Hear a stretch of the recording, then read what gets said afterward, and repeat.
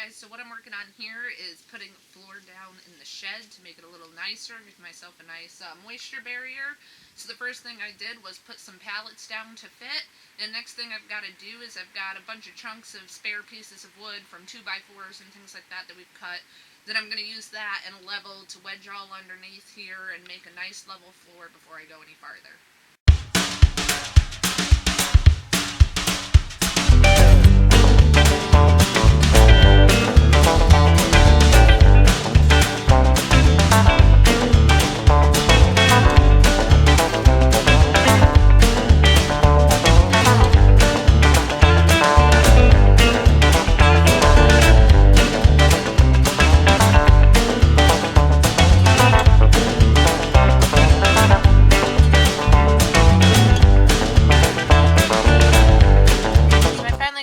Level, and as you can see how much of a hill this actually was, it doesn't look like it, but when you start leveling, I mean, this side is about 10.5 inches up off the ground at this point, so I might build some sort of a ramp down, but that was all I could do to level it without digging the ground out. So now on to the next step, which I'm going to lay a nice sheet of plastic over this whole thing, staple it down nice and tight, and that'll give me a little bit of a water barrier before we put down our floor.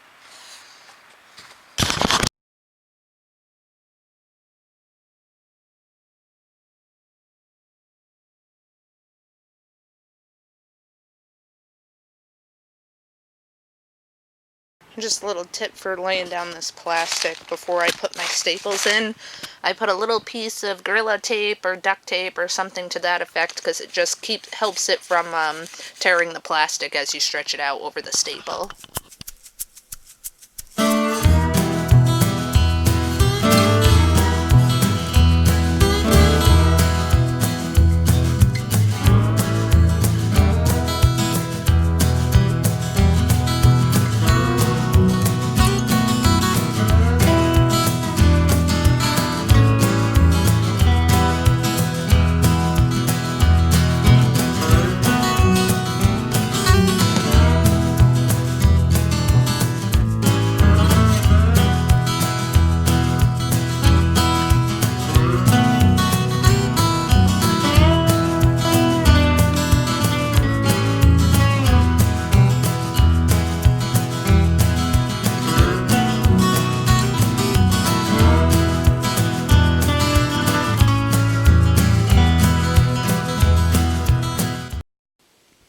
So what I've been working on here is making a little extra insulation for the camper.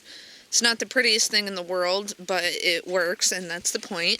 So what I'm trying to do is make it so that just like when you're camping and you don't want a cold draft underneath you, I don't want the cold draft underneath the camper. It's going to push the heat farther up and just make it a little bit colder. So I'm hoping this is going to help. So I took some of the plastic, the same plastic that I used for the floor in the shed, and I used the same tactic of combining it. I'm using Gorilla Tape, which is what all the little white spots are before I put my staple through. That helps keep the plastic from tearing. And then I used the Gorilla Tape to make the seam along the top to keep the air from getting through.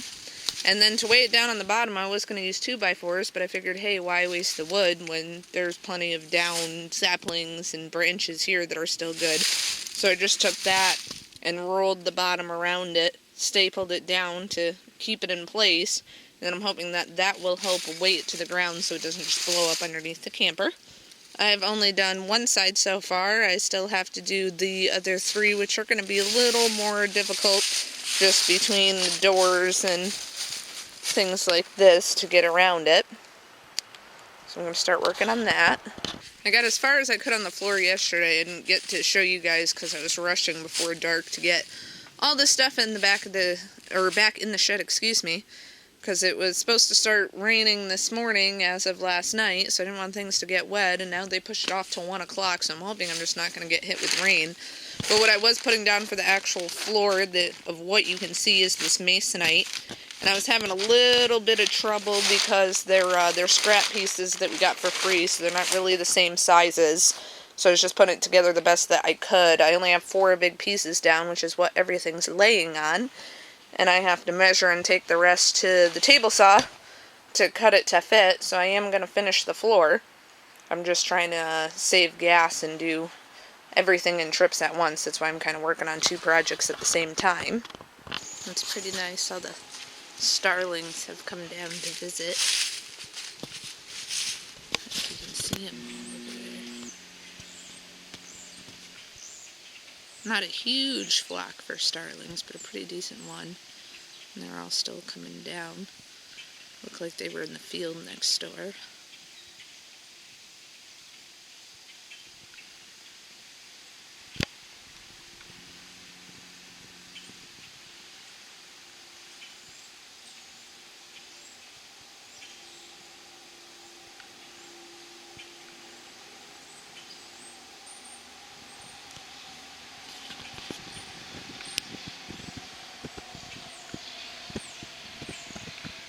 Some in the trees too.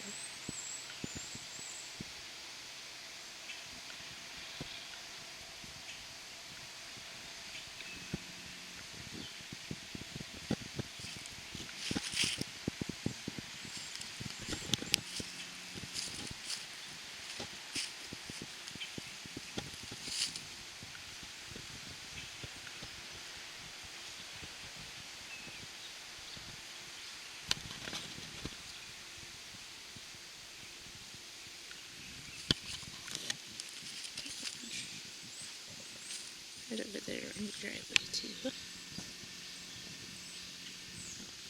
they know I put the camera on?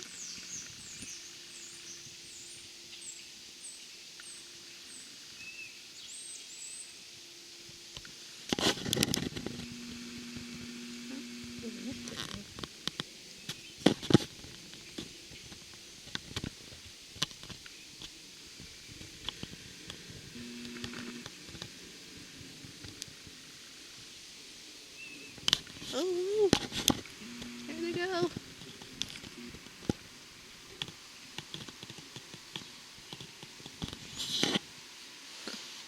They're so funny.